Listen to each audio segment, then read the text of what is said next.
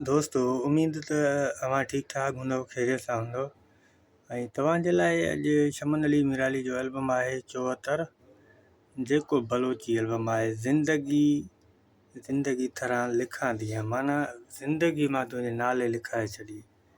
Album एतिरो ख़ासि न आहे, छो जो सिंधी माण्हू बलोची सम्झंदा न, हीउ ख़ासि बलोचनि लाइ माना तोहफ़ो आहे। ऐं जेतिरो मूंखे ख़बर आहे त हीउ एल्बम एतिरो हलियो ई न हुयो।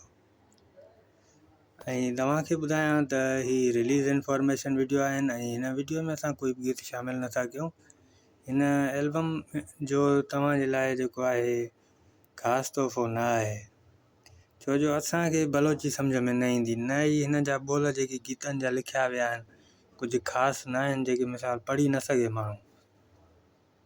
वरी बलोचनि लाइ माना आसानी आहे, सो इन करे वरी असांजे लाइ माना हीअ एल्बम ख़ासि न आहे। हीअ बलोचनि लाइ ख़ासि आहे जेके बलोची सम्झनि। असां बि कुझु सम्झंदा आहियूं पर घटि।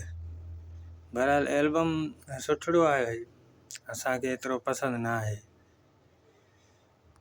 ऐं हिन खां पोइ ॾिसूं था दोस्तनि जा कहिड़ा कमेंट्स आयल आहिनि, उहे शामिलु कयूं। हिन में पहिरियों कमेंट्स कयो आहे शाबान सोलंकी भाउ लिखियो आहे super hit 73 album. Asif Ali भाउ लिखियो आहे नाइस अदा।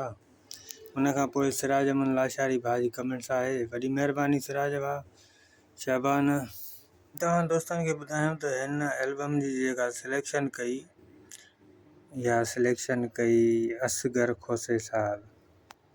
ऐं उन खां पोइ तव्हांखे ॿुधायूं त हाणे हिन में गीत कहिड़ा कहिड़ा आहिनि जेके मूंखे पढ़णु ईंदा सही तरीक़े सां, उहे तव्हां सम्झी वञिजो। बाक़ी हाणे जंहिंमें भुल चुक थी वेंदी, ज़ाहिरी ॻाल्हि आहे मां हिन जा गीत पढ़ी नथो सघां एतिरा, छो जो बलोची में लिखियल बि बलोची में आहिनि, कुझु अखर ईअं आहिनि।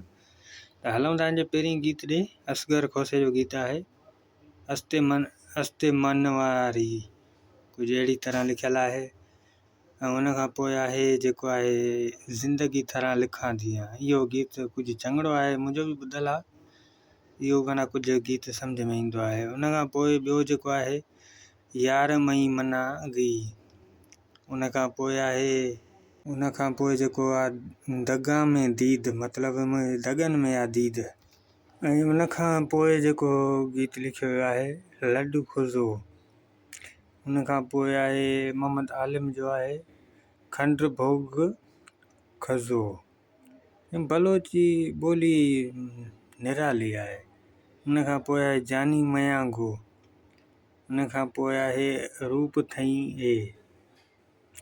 ऐं उन खां पोइ आहे थरा दिलासा कॾहिं।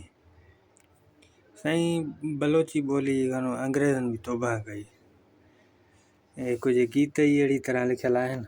हाणे जेके आऊं सही पढ़ी सघियुसि उहे पढ़िया, जेके न पढ़ी सघियुसि उन लाइ माज़रत आहे। सो एल्बम अव्हांखे पसंदि आयो हुजे त लाइक कंदा, वीडियो खे शेयर कंदा।